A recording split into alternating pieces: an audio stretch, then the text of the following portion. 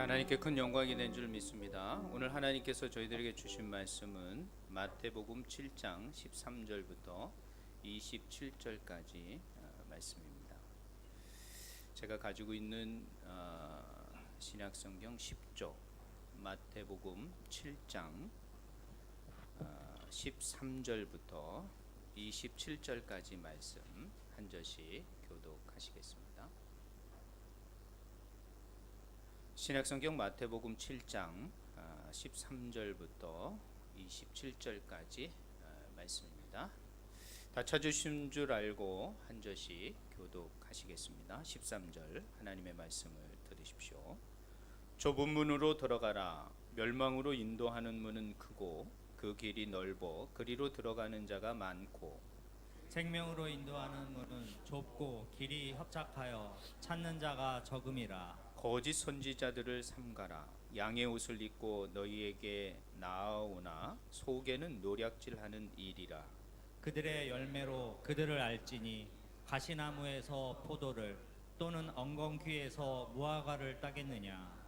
이와 같이 좋은 나무마다 아름다운 열매를 맺고 못된 나무가 나쁜 열매를 맺나니 좋은 나무가 나쁜 열매를 맺을 수 없고 못된 나무가 아름다운 열매를 맺을 수 없느니라. 아름다운 열매를 맺지 아니하는 나무마다 지켜 불에 던져지느니라. 이러므로 그들의 열매로 그들을 알리라. 나더러 주여 주여 하는 자마다 다 천국에 들어갈 것이 아니요 다만 하늘에 계신 내 아버지의 뜻대로 행하는 자라야 들어가리라.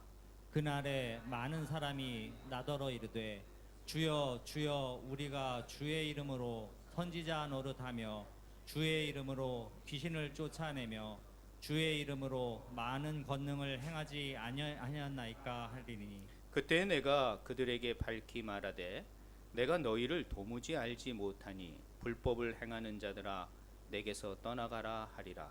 그러므로 누구든지 나의 이 말을 듣고 행하는 자는 그 집을 반석 위에 지은 지혜로운 사람 같으리니. 비가 내리고 창수가 나고 바람이 불어 그 집에 부딪히되 무너지지 아니하나니 이는 주추를 반석 위에 놓은 까닭이요 나의 이 말을 듣고 행하지 아니하는 자는 그 집을 모래 위에 지은 어리석은 사람 같으리니. 다 같이 비가 내리고 창수가 나고 바람이 불어 그 집에 부딪힘에 무너져 그 무너짐이 심하니라. 아멘. 오늘은 어찌 됐는지 많이 못 오셨습니다. 하여튼 6, 7, 8이 이 베트남에 많은 사람들이 이동을 하는 그런 달인 것 같습니다. 자, 오늘 우리 마태복음 산상수훈 하나님의 나라에 대한 말씀을 나누고 있는데요.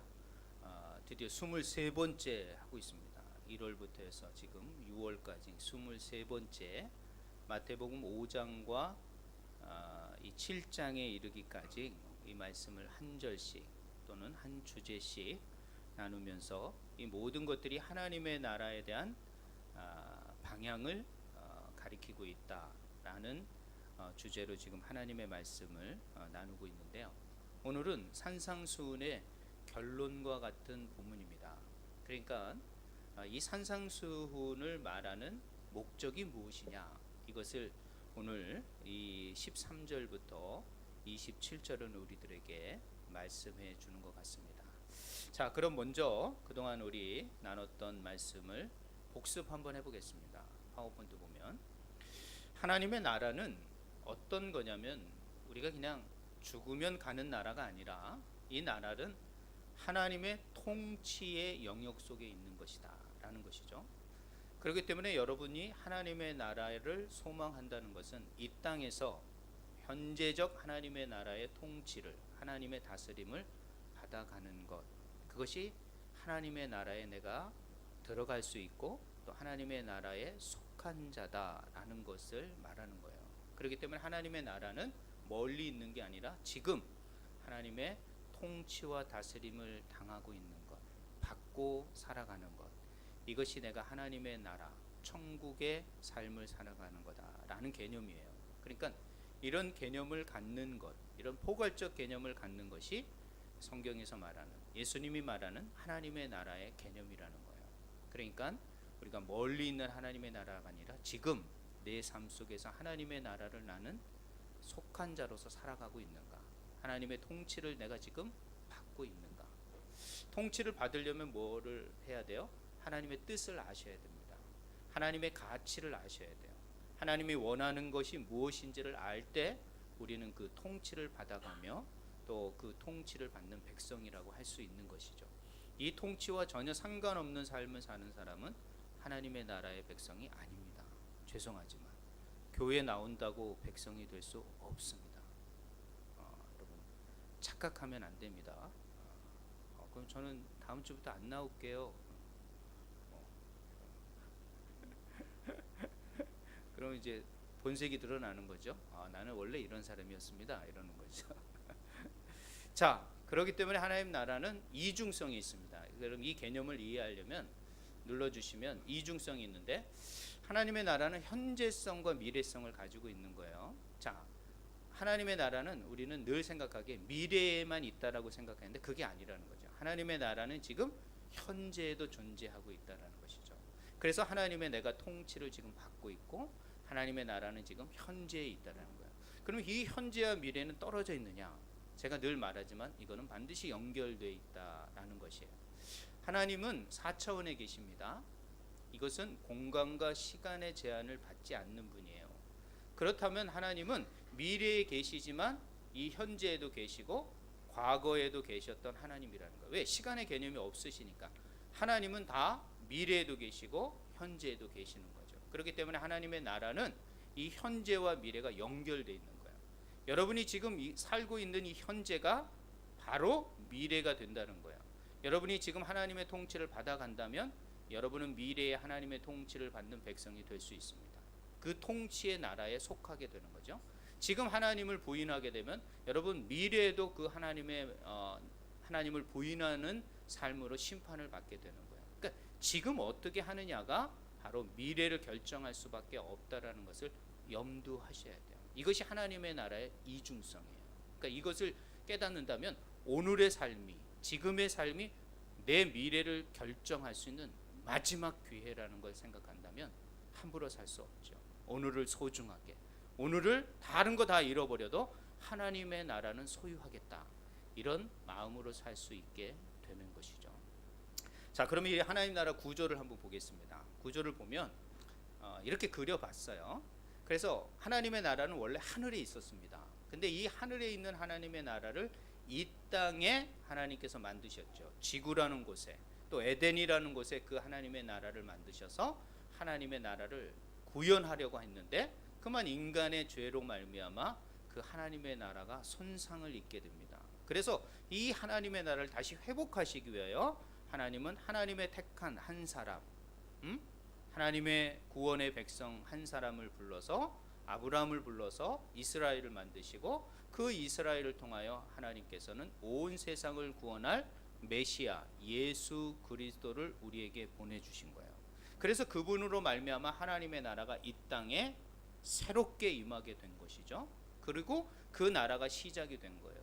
근데 그 나라가 끝이 아니라는 거예요. 신약에 와서 예수님의 말씀을 들어보는데, 왜? 마지막 완성된 하나님의 나라까지는 우리가 이 현재적 나라를 지속하게 될 것이다 라는 걸 깨닫게 되는 거예요. 아, 그렇구나.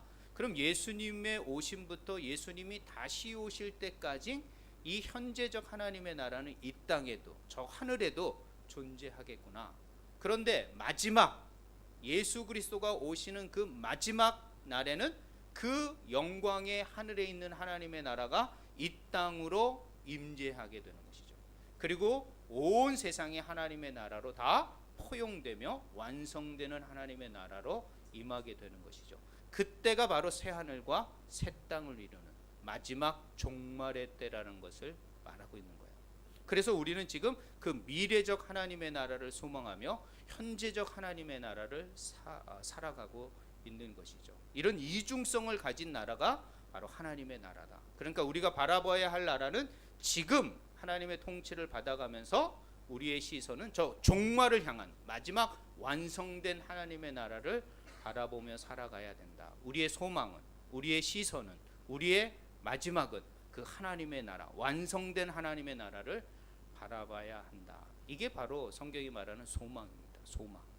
여러분이 뭔가 이 땅에서 이룰 수 있는 소망이 아니라 영원한 하나님의 나라가 온 우주적으로 완성되는 그 나라를 소망하라는 거예요. 이게 진정한 소망이라는 거예요.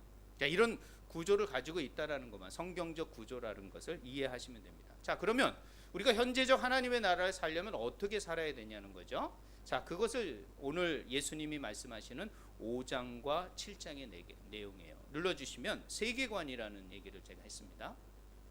사람은 누구나 세계관이 있습니다. 자신이 살아갈 수 있는 가치와 주관적인 개념들을 가지고 있습니다.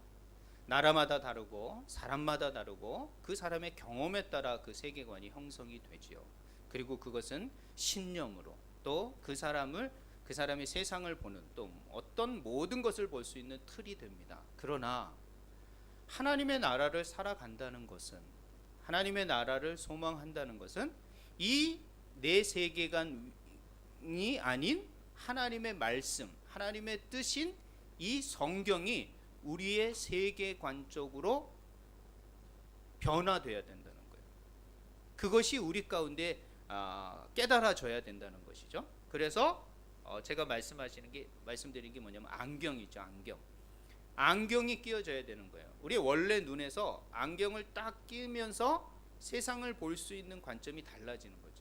예전에는 내가 옛 생각으로, 옛 가치와 옛 세계관으로 세상을 봤다면 이제는 하나님의 뜻의 안경인 성경과 하나님의 말씀을 가지고 안경을 끼고 보게 되면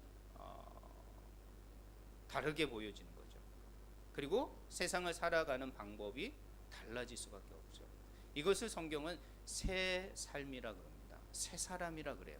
옛 옷을 벗어버리고 새 옷을 입어라 라고 말을 하는 것이죠. 이것이 바로 기독교 세계관적인 삶을 살아가야 돼요. 그러기 위해서는 하나님의 뜻이 무엇인지 지금 우리가 배워가는 것이죠. 자, 그래서 우리가 그동안 배웠던 마태복음 5장부터 7장의 주제들은 어떤 주제들이었죠? 복으로 시작합니다. 제가 이제 결론이니까 말합니다. 이 마태복음 복 있는 자는 이렇게 될 것이다. 복을 얘기합니다. 사실 하나님께서 우리 인간을 창조하시면서 우리 인간에게 복을 주셨어요. 하나님의 형상대로 지어서 너희들은 복 있는 자다. 그리고 세상을 다스려라. 이렇게 말했어요. 그래서 우리 자체는, 인간 자체는 복된 사람입니다. 여러분, 피조 세계 중에 인간처럼 이렇게 복된 삶을 사는 사람이 없죠. 그죠? 말을 할 수가 있습니다. 자신을 개척해 갈 수 있습니다. 누릴 수 있습니다. 지금은 뭐 우주까지 가고 하늘을 날 수도 있고. 여러분, 이 핸드폰 하나로 모든 걸 다 누릴 수 있는, 이거 동물들에게 가능하겠습니까? 불가능합니다. 할 수가 없는 거예요. 인간만이 누릴 수 있는 이 복을 하나님이 우리에게 주셨어요. 그런데 마지막은 무엇이냐? 이 복이 복으로 끝나야 되는데 복으로 끝나지 않고 멸망과 심판으로 끝난다면 이건 참 안타까운 거예요. 그래서 오늘 주제는 뭐냐면은 심판이에요. 너희들이 마지막 날 심판을 면할 수 있는 길이 무엇이냐? 바로 행하는 자가 되라. 내가 지금 말한 5장부터 7장의 내용을 새로운 가치와 윤리로 받아들여 그렇게 행하는 자가 되리라는 거예요. 그럴 때 너희들은 어디로 들어간다? 천국, 하나님의 나라에 들어가게 될 것이다 라는 거예요. 복으로 시작한 자가 심판으로 마칠지, 복으로 시작한 자가 복으로 마칠지는 마지막이 결론, 어떻게 행하느냐에 따라 달렸다. 무엇으로? 하나님의 뜻대로 행하는 자라야만이. 오늘 본문이 그걸 말하고 있다. 자, 그럼 오늘 본문 한번 들어가 보겠습니다. 자, 오늘 본문 들어가면 첫 번째 이 세 가지를 눌러주세요. 세 가지를 이렇게 볼 수 있는. 지난주 그림이지. 오늘 애들이 안 왔네 별로. 저 그림입니다. 이제 좁은 길에 대한 그림이죠. 네, 좁은 길이죠. 네, 좁은 문으로 들어가는가, 넓은 문으로 들어가는 사람들. 우리는 어디로 가야 할지. 여러분은 다 좁은 문을 선택한 분이라고 믿습니다. 눌러주시면.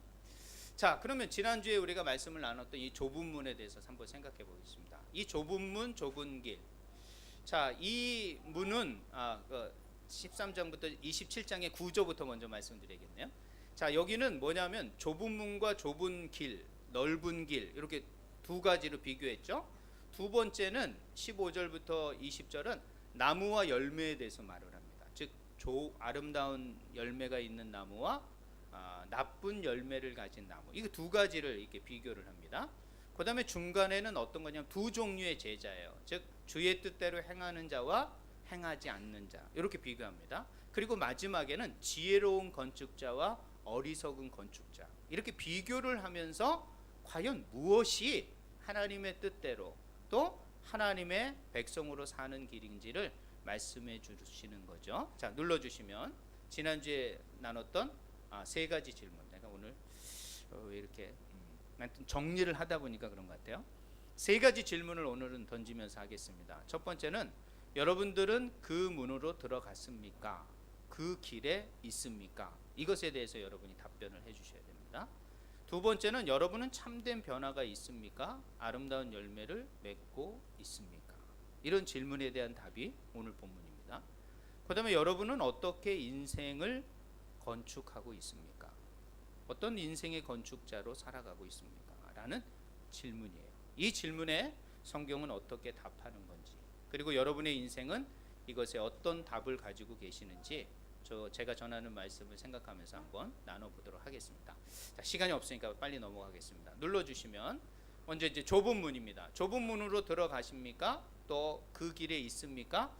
여러분, 좁은 문은 여러분이 인생의 길을 가다 보면 여러분은 넓은 문과 좁은 문을 만나게 돼요. 여기 앉아 계신 분들은 지금 좁은 문으로 예수님의 초청에 의해서 들어오신 분이에요. 이 길을 알고 오신 분도 계시지만 누구의 권유에 의해서 어쩔 수 없이 그냥 따라 들어왔던 분도 계실 것입니다. 자, 그러나 이 어찌 됐든 여러분은 예수를 믿기로 했다면 여러분은 좁은 길에 들어선 겁니다. 그럼 좁은 길의 의미는 뭘까? 그것은 바로 십자가의 길이라는 거예요. 그것은 고난의 길입니다. 또 어려움의 길이에요. 사람이요, 고난을 통해서 배우는 게 많습니다. 풍요로울 때는 사실 사람은 변하지 않습니다. 그것에 안주하려 그러지 절대 풍요로울 때는 변하지 않습니다. 고난이 올 때, 어려움이 올 때 사람은 다시 변혁이 일어나고 변화가 일어나고 개혁이 일어날 수가 있습니다. 그렇기 때문에 이 고난은 우리에게 유익입니다. 근데 사람이 고난을 좋아하는 사람이 어디 있습니까? 그리고 저는 이 좁은 길은 이렇게 생각합니다. 포기할 것이 많은 거예요. 예수 믿게 되면요, 포기할 것이 많습니다. 먹어야 할 것도 절제해야 되고요, 가야 할 것도 절제해야 되고요, 또 하지 말아야 할 것도 내려놔야 할 때가 많습니다. 그렇지만 이 길이 생명의 길이기 때문에, 이 길이 구원의 길이기 때문에 우리는 세상의 것 조금 포기하고 양보해도 괜찮다라는 것이죠. 바로 이런 길이 여러분 바로 좁은 길이라는 거예요. 과연 여러분은 이런 길을 지금 가고 있냐는 거예요. 내가 예수님 때문에 포기하는 게 있냐는 거예요. 예수님 때문에 조금 손해보고 내려놓는 게 있냐는 거죠. 없다면 우리는 지금 좁은 길을 가고 있지 않는 겁니다. 예수님 때문에, 하나님 나라 때문에 내가 손해보고 내려놓는 게 없다면 그것보다 내가 내 일을 먼저 이루어야 되겠다, 내 성공을 먼저 이루어야 되겠다, 이것들을 먼저 내가 하지 않으면 먹고 사는 문제가 해결되지 않습니다. 그러면 여러분은 죄송한 얘기지만 먹고 사는 문제가 우선적인 거예요. 결코 여러분은 절대 하나님의 나라를 먼저 구하는 자가 될 수 없습니다. 그래서 여러분, 포기하는 게 많아질수록 우리는 더 주님의 좁은 길을 가고 있는 거예요. 근데 포기하지 않고 내가 하고 얻고 싶은 게 더 많이 얻어지고 있다, 그럼 절대 여러분은 좁은 길을 가는 게 아니라 지금 넓은 길을 가고 있는 거예요. 그 끝이 무엇이냐? 성경은 말하고 있습니다. 좁은 길 좁은 문으로 통과하는 자는 생명으로 인도하고 넓은 길 넓은 문으로 가는 것은 멸망으로 인도한다. 제가 지난주에 말씀드린 것처럼 성경은 답을 말해주고 있다는 거예요. 끝을 말해주고 있는 거예요. 답을 아는데 한치 앞도 알 수 없는 이 미래, 불확실한 미래 속에서 끝이 무엇인지를 답을 알려주고 있는데 우리는 그 답이 맞지 않다라고, 틀리다고 생각하고 그 길로 가지 않고 있다라는 거예요. 답을 말해주고 있음에도 불구하고 우리는 답이 틀렸다라는 생각으로 살아가고 있다라는 거예요. 그것이 우리들의 생각이라는 것이에요. 여러분, 좁은 길을 간다는 것은 고난의 길이고 십자가의 길이고 포기의 길입니다. 많은 것들을 포기하고 있을 때 여러분은 이 좁은 길을 가고 있는 삶이라는 것을 기억하시기 바랍니다. 자, 두 번째, 오늘 본문의 말씀이죠. 여러분은 참된 열매를 맺고 있느냐? 오늘 본문의 이 15절부터 20절에는 뭐냐면은 아름다운 열매를 맺는 것과 나쁜 열매를 맺는 자를 말하고 있습니다. 자, 이 열매는 무엇인지를 말할 때 열매는 바로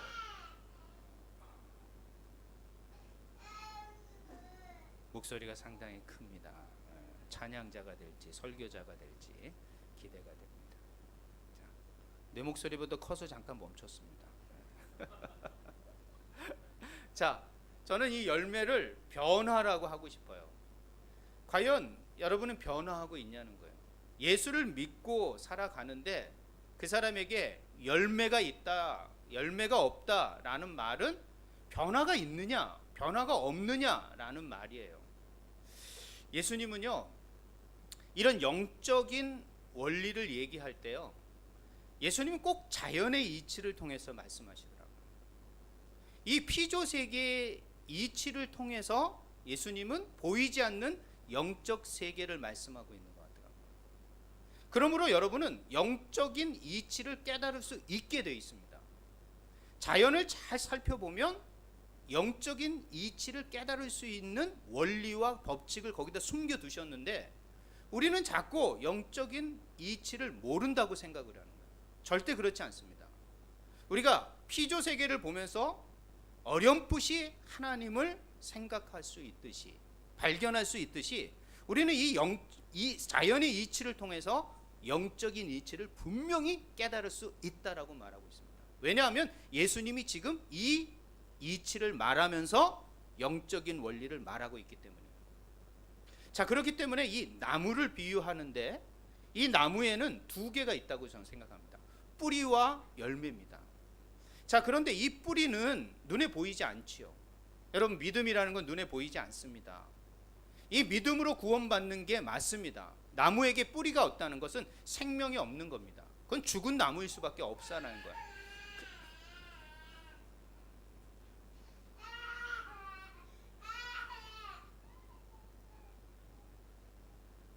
놀랬어 내가. 그래서 이 나무는 두 개가 있는 거예요. 뿌리와 열매가 있는데 뿌리는 보이지 않는 거예요. 그럼 이걸 영적으로 본다면 저는 이걸 믿음이라고 보는 거예요. 믿음이 있어야지 우린 구원받습니다. 믿음이 없는 가운데 구원받을 수 있는 게 아닙니다. 그러면 열매는 뭐냐는 거예요. 제가 적어놨지 않습니까? 그게 바로 믿음에 근거한 삶, 믿음에 근거한 행동이라는 거죠. 믿음에 근거한 행동이 나타나지 않으면 그것은 건강한 뿌리를 가지고 있지 않으며 그거는 아름다운 나무가 아니라고 말할 수 있는 것이에요. 여러분이 나무다. 그렇다면 여러분이 무엇이 있어야 돼요? 믿음이 있어야 됩니다. 그리고 반드시 열매가 있어야 되는 거예요. 오늘은 이런 믿음의 문제가 아니라 이 믿음의 열매로 나타나야 이 열매에 대해서 말하고 있는 거예요. 자, 그러면 이 열매를 제가 아까 말씀드린 것처럼 변화된 거예요. 여러분이 살면서 그런 변화가 있어야 되는 것입니다. 날마다 새로워지는 그런 삶이 있어야 됩니다. 저희 교회는 개혁주의 교회입니다. 리포엄드 처치입니다. 이 말은 뭐냐면은 이 기독교 자체가 천주교의 타락과 부패와 잘못된 성경으로부터 멀리 도망가 있는 그들의 교리와 그들의 이치를 다시 하나님의 말씀으로 성경으로 되돌리고자 리포엄드 개혁을 하고자 했던 사람들이 만들어낸 교회, 그것이 바로 기독교라는 것이에요. 그래서 우리 모든 기독교의 종파는 많지만 기독교 자체는, 특별히 기독교는 리포엄드 처치라고 저는 말할 수 있어요. 이것은 개혁이라는 거예요. 즉 개혁이라는 것은 변화되는 거예요. 변화되지 않고서는 안 돼요. 근데 어떻게 변화되느냐 말이에요. 그것은 바로 하나님의 말씀에 의해서 변화되어야 된다는 거예요. 하나님의 뜻에 의해서 변화되어야 되는 거예요. 잘못된 것으로부터 하나님의 말씀으로 다시 돌아오는 것.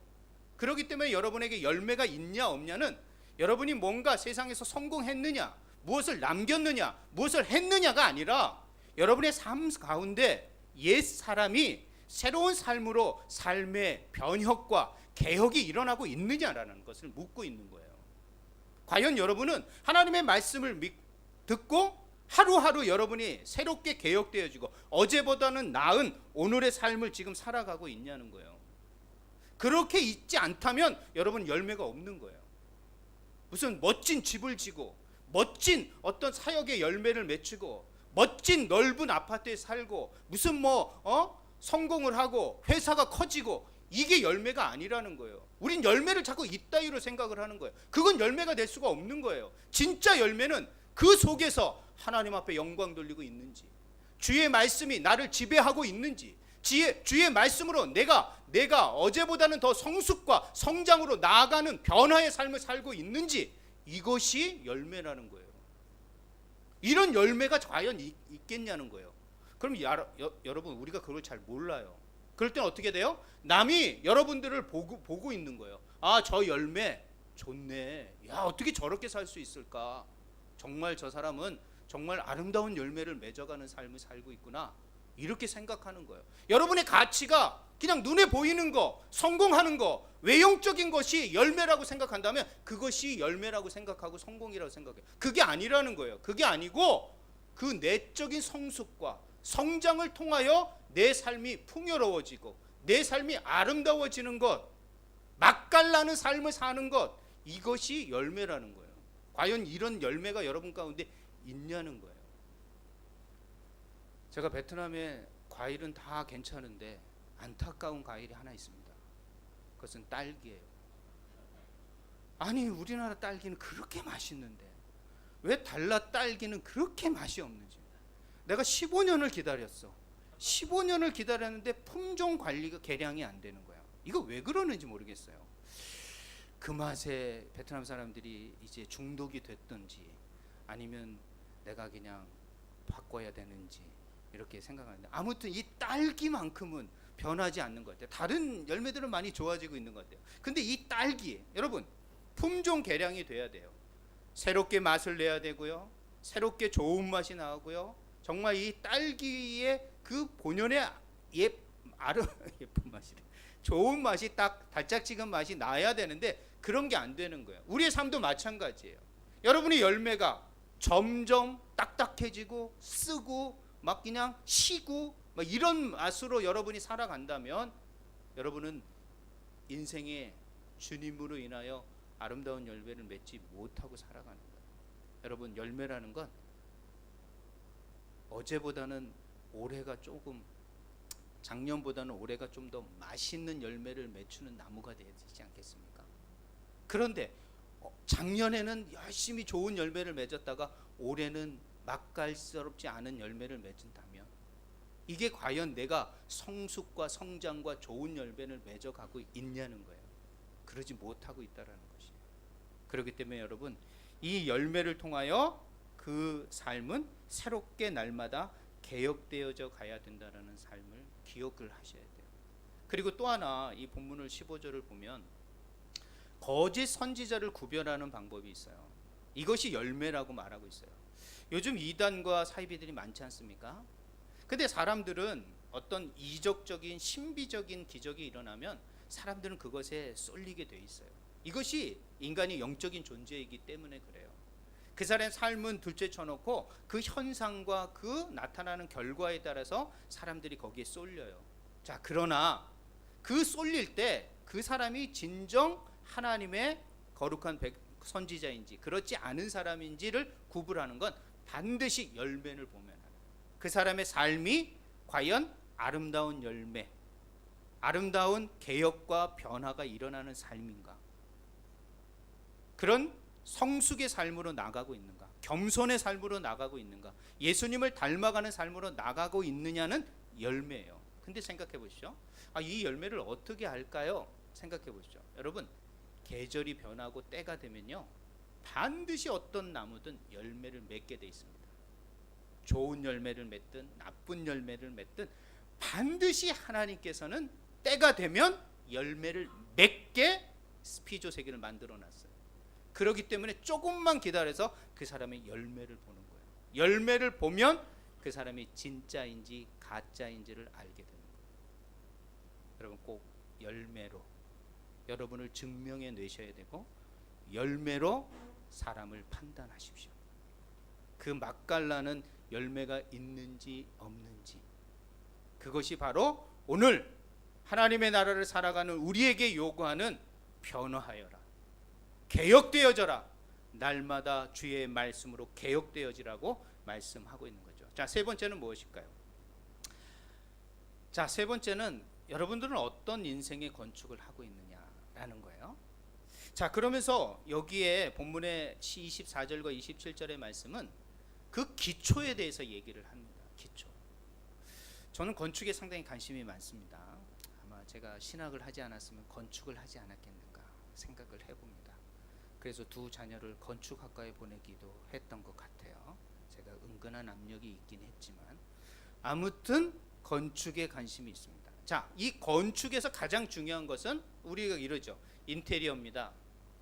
뭐 외형적으로 얼마나 멋있게 이렇게 하는 겁니다. 이렇게 생각하지만 건축에서 가장 중요한 거, 우리 눈에 보이지 않지만 그 건물을 든든히 세울 수 있는 것은 바로 기초입니다. 오늘 본문도 절대 이 건축의 외형적인 거, 그 높이, 그 크기, 그 멋있고 안 멋있고에 초점을 맞추는 게 아니라 그 기초에다가 맞추고 있다는 것이에요. 건축에서 가장 중요한 초점은 바로 기초라는 거예요. 그럼 과연 여러분은 하나님의 나라의 백성으로서 어떤 기초를 가지고 있냐는 거예요. 어떤 기초를 여러분이 지금 가지고 지금 하나님의 백성으로 살아가고 있냐는 거예요. 이것은 뭘 말하냐면 여러분이 어떤 틀을 가지고 있느냐, 어떤 가치를 가지고 있느냐를 말을 하고 있는 거예요. 많은 사람들이 예수를 믿는다고 하면서 제가 믿는 사람들 좀 생각해 보면 자신만의 주관적 신앙관이 꼭 있더라고요. 한 사람 한 사람만이 자기만의 어떤 독특한 신앙이 있어요. 그리고 그 신앙이 옳다, 이것이 중요하다라고 강조하는 신앙이 하나씩 다 있어요. 물론 그것이 큰 무리로 몇 개의 분류로 나눌 수 있겠지만 한 사람 한 사람 모두가 다 그런 주관적인 게 있어요. 여러분, 그 주관적인 신앙관을 갖는 건 바로 모래 위에 여러분이 건축하는 것과 같은 거예요. 그러면 이 반석 위에 기초를 두고 우리 인생을, 신앙을 세워간다는 것은 무엇을 의미하냐면 객관적이어야 됩니다. 역사적이어야 됩니다. 그거는 변하지 않는 것이 되고 표준이어야 되는 거예요. 바로 진리여야 된다는 거예요. 변함이 없어야 된다는 거예요. 그래야만이 어떻게 되는 거예요? 거기 위에 건축을 튼튼하게 할 수 있다라는 것이에요. 근데 주관적인 건요, 늘 변할 수밖에 없어요. 여기 말하고 있지 않습니까? 비가 오거나 창수가 치거나 바람이 불면 어떻게 되는 거예요? 변한다는 거예요. 무너진다는 거예요. 우리가 환경에 변화가 옵니다. 이 비라는 걸 환경적으로 제가 설명했습니다. 환경에 변화가 오면 사람은요 매몰될 수밖에 없어요. 그 환경을 극복하기가 쉽지 않습니다.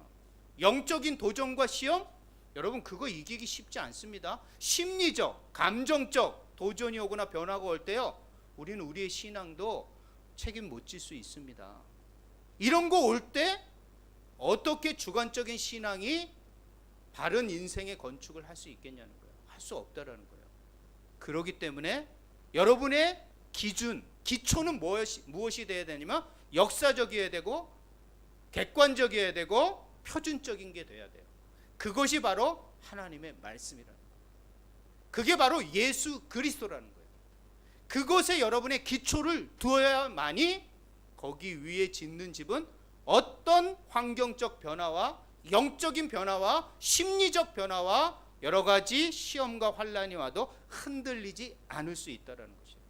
왜냐하면 하나님의 말씀은 오래전부터 역사적으로 객관적으로 수많은 사람, 온 세상 사람들에게 증명된 하나님의 표준 말씀이 됐거든요. 그렇기 때문에 하나님의 말씀으로 우리는 우리의 삶의 기초, 우리의 신앙의 기초를 세워가야 되는 것이에요. 그런 기초가 없는 사람은 흔들릴 수밖에 없다는 것이에요. 그리고 이 세상을 살면서 아직도 이런 사람이 있어요. 잘못된 기초를 가진 사람들, 심령에 와닿지 않는 외식주의에 사로잡힌 사람들, 종교와 삶 사이의 이원론적인 분리주의자들, 아무 쓰잘데기 없는 율법에 얽매여 율법주의에 머무는 신앙, 예언이나 기적, 치유나 귀신 쫓는 카리스마적이고 신비적인 신앙, 예수님의 말씀은 유사하는 이런 사이비적인 신앙, 물질 만능주의에 사로잡힌 만몬주의, 세상의 가치를 두고 살아가는 성공지향주의, 이런 개인적이고 주관적이고 세상적인 가치로 기초를 삼고 살아가는 사람이 너무 많다라는 거예요. 거기에 하나님은 말씀하시는 거예요. 예수 그리스도만이 우리의 삶의 기초가 되어야 되고 하나님의 말씀만이 우리의 삶의 기초가 되어야 된다는 거예요. 그래야만이 비와 창수와 바람이 와도 흔들리지 않는 가운데 너의 인생의 집을, 인생의 건축을 이루어 나갈 수 있게 된다는 것이죠. 여러분, 이런 삶을 살아내셔야 하는 겁니다. 이것이 오늘 산상수훈이 말하는 저와 여러분에게 주는 결론이라는 거예요. 그렇기 때문에 이 기초는 바로 성경적 세계관이 되어야 되는 거예요. 성경적 세계관적으로 살아가지 않고서는 우리는 결코 좁은 길을 살아가는 것이 아니고 아름다운 열매를 맺을 수 없는 것이고 또 반석 위에 집을 세워가는 아름다운 건축자가 될 수 없다라고 성경은 지금 말하고 있는 것입니다. 사랑하는 주안의 성도 여러분, 우리가 살아가면서 참 어려운 일들이 많이 있습니다. 어디에다가 우리의 기준을 두고 살아가야 할지, 무엇에 우리가 기초를 두고 살아가야 할지, 어떤 열매를 맺어야 할지 참 흔들리고 고민될 때가 많이 있습니다. 그러나 중요한 것은 바로 하나님의 말씀을 듣고 행동하는 자입니다. 마지막으로 눌러주시면 결론을 말씀드리려고 합니다. 행하는 사람은 들어갑니다. 제가 오늘의 말씀의 결론입니다. 행하는 자가 되십시오. 말하긴 너무 쉽습니다. 말 못하는 사람 어디 있습니까? 인간이라면 다 말합니다. 동물도 말하는 동물도 있습니다. 말 따라하고. 말은 너무도 쉽습니다. 말로 뭐든지 할 수 있는 게 아닙니다. 오늘 말하는 모든 열매와 좁은 길과 반석은 바로 행하는 자라는 거예요. 행하는 자. 행하는 자, 순종하는 자, 그 말씀대로 살아가려고 발버둥 치는 사람, 이것이 바로 하나님의 백성다운 세계관을 가지고 살아가는 사람의 삶이라는 거예요. 오늘 한국 기독교인들이 왜 욕먹습니까? 말만 하니까. 제가 한 문제 말씀드렸죠? 한국 기독교인이 물에 빠지면 입만 둥둥 뜬다고. 말만 한다는 거예요. 말만. 얼마나 말 많이 하는지 몰라요. 목사로서도 창피합니다. 저도 얼마나 말을 많이 하는지 몰라요. 저도 지적받는 중에 하나가 뭔지 아십니까? 설교는 그렇게 하는데 왜 그렇게 못 사냐. 그거 제일 많이 말씀. 그만큼 살아낸다는 건 너무도 어려운 일입니다. 예수님이 쉬운 거 우리에게 행하는 자가 들어가리라 말씀하셨겠습니까? 행하는 자가 어렵기 때문에. 우리 주한 공동체 여러분, 우리는 마지막으로 한번 저거 읽겠습니다. 좁은 길, 우리 한번 읽어보겠습니다. 시작. 좁은 길의 고난을 통하여 아름다운 열매인 변화와 개혁으로 반석이신 예수님과 말씀의 기초 위에 하나님의 나라를 이루는 주한 공동체.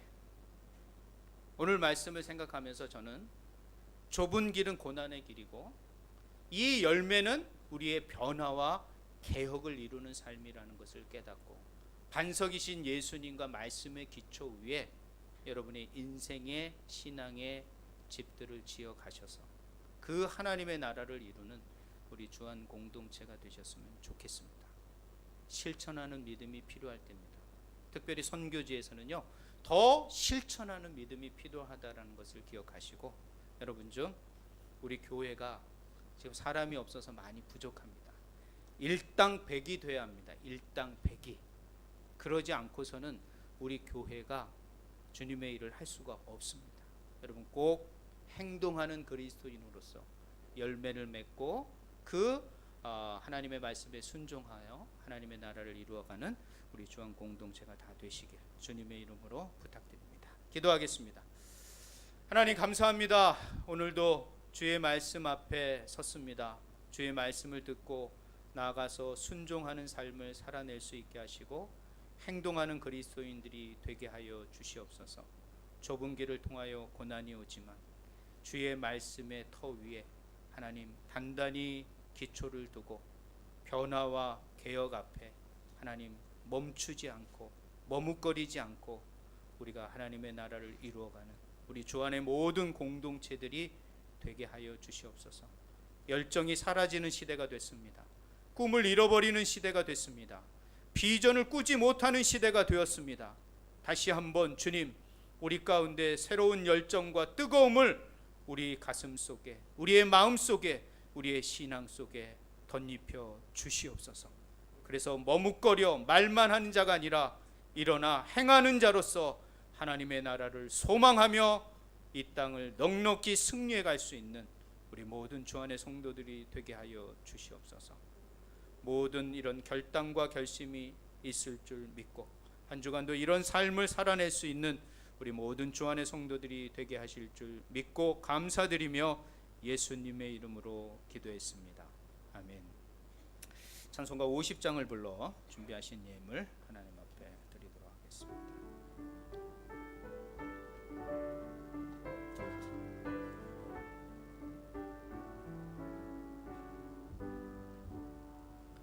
내